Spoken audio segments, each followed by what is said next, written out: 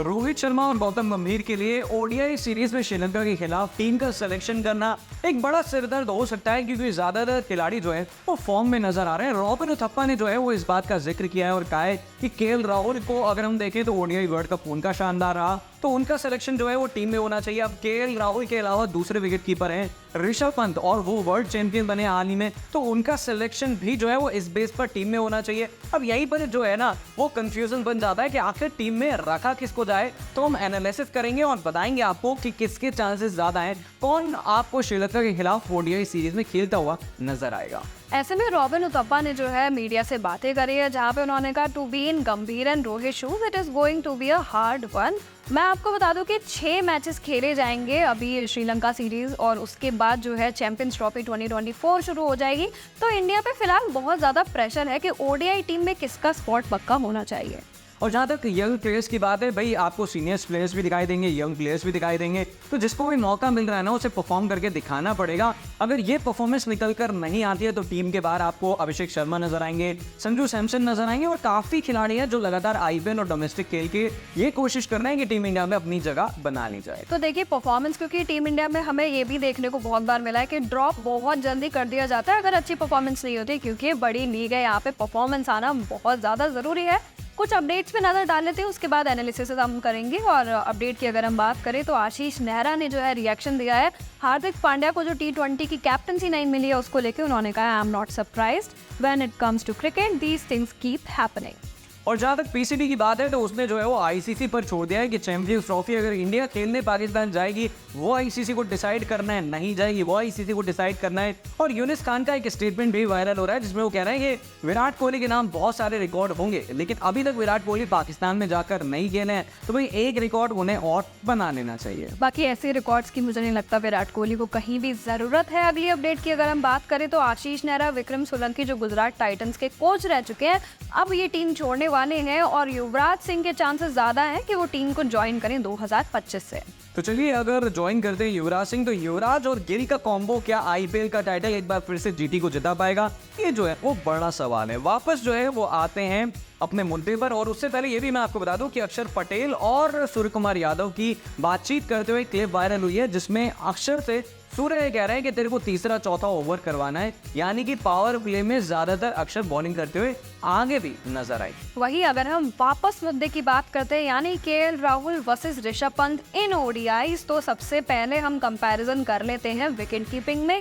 KL Rahul ने 62 catches पकड़े हैं, स्टंपिंग्स उनके नाम है 5। वही ऋषभ पंत की बात करें तो यहाँ पे जो आंकड़े हैं वो थोड़े आधे होते हुए नजर आते हैं, क्योंकि 26 कैचेस ऋषभ पंत के नाम है और स्टंपिंग्स महज 1। बिल्कुल, केएल राहुल ने जो है वो 75 मैचेस खेले हैं और यहाँ पर ऋषभ पंत के नाम सिर्फ 30 मैच हैं, तो साफ तौर पर नजर आता है कि दोनों का एक्सपीरियंस जो है वो कितना है। आगे अगर हम बात करें सेंचुरीज की तो केएल राहुल ने जो है वो वनडे इंटरनेशनल में 7 सेंचुरी लगाई है, ऋषभ पंत ने लगाई है 1 सेंचुरी। हाफ सेंचुरी की जहाँ तक बात है तो केएल राहुल के नाम है 18 और ऋषभ पंत के नाम है 5। वही केएल राहुल के पास अच्छा खासा एक्सपीरियंस है और वो आंकड़े झलक भी रहे हैं। और वही अगर हम ओडीआई में देखें तो केएल राहुल का प्रदर्शन काफी अच्छा देखने को मिलता है। एक बार कंपैरिजन कर लेते हैं कि 4s एंड 6s किसके नाम ज्यादा है, तो यहाँ पे भी केएल राहुल आगे हैं। 224 4s एंड 61 6s उनके नाम है। ऋषभ पंत के पास बहुत ज्यादा कम है उनके मुकाबले, 90 4s एंड 26 6s। और वनडे इंटरनेशनल में वही अगर हम एवरेज की बात करें जो काफ़ी ज़्यादा इंपॉर्टेंट माना जाता है, तो केएल राहुल के पास 50 के प्लस में जो है वो एवरेज है, ऋषभ पंत के पास सिर्फ 34 का एवरेज है। अगर स्ट्राइक रेट की बात करें हम तो यहाँ पर जो है वो 87 का स्ट्राइक रेट जो है वो केएल राहुल का है और ऋषभ पंत का जो स्ट्राइक रेट है वो 106 का है। और आपको ये भी मैं बता दूं कि ओडीआई वर्ल्ड कप में वाइस कैप्टन के तौर पर खेले थे केएल राहुल, लेकिन उन्हें ऑल ऑफ सडन जो है वो हटा दिया गया है, शुभमन गिल को बना दिया गया है वाइस कैप्टन। हालांकि ये बात जो है वो ना ही फैंस जो है वो समझ पा रहे हैं और ना ही हम समझ पा रहे हैं कि आखिर क्या वजह रही जो केएल राहुल की भूमिका इतनी अच्छी परफॉर्मेंस होने के बाद भी गिल को वाइस कैप्टन बनाया गया है। क्योंकि मुझे ऐसा लगता है कि शायद केएल राहुल के पास भी वो पीआर मैनेजर नहीं है जो शुभमन गिल के पास है अभी, और मुझे ऐसा लगता है कि जितने भी अच्छे प्लेयर्स हैं उनको ऐसे ही पीआर मैनेजर्स को हायर करना चाहिए ताकि आगे अच्छी अपॉर्चुनिटीज मिल पाए।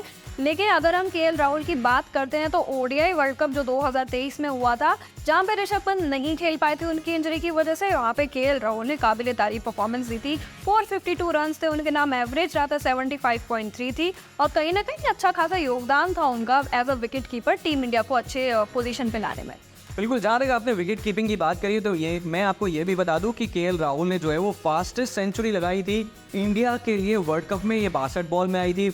और जहाँ तक विकेट कीपिंग की बात है तो राहुल द्रविड़ के बाद वो दूसरे ऐसे विकेट कीपर बने थे जिन्होंने सेंचुरी लगाई थी। तो केएल राहुल का आप कद जो है वो देख रहे हैं टीम इंडिया में कितना बड़ा है, लेकिन बावजूद इसके उनसे वाइस जो कैप्टनसी है वो ले ली गई है और शुभमन गिल को दी गई है। ज़्यादा जो है वो लग रहा है कि जो बीसीसीआई है, जो मैनेजमेंट है, वो फ्यूचर का सोच रहा है। लेकिन फिलहाल अगर हम प्रेजेंट की बात करें तो आपको ये बताना है कि कौन आपको श्रीलंका के खिलाफ ओडीआई सीरीज में नजर आएगा, केएल राहुल या फिर ऋषभ पंत। भाई मेरी पिक जो है वो केएल राहुल है। उर्विका, आपकी पिक कौन है? देखिए, जिस तरीके से शुभमन गिल को वाइस कैप्टन बना दिया गया है तो मुझे ये कहने में कोई दो राय नहीं होगी कि ऋषभ पंत को भी खेलने को मिल सकता है, क्योंकि ये लंबी रेस के घोड़े हैं। आगे बहुत अच्छा इनका जो फ्यूचर है वो ब्राइट है। तो मेरी पिक तो अभी के लिए ऋषभ पंत है, बाकी आगे देखते हैं क्या होता है। आपको क्या लगता है कि इन दोनों में से किसको जगह मिल सकती है?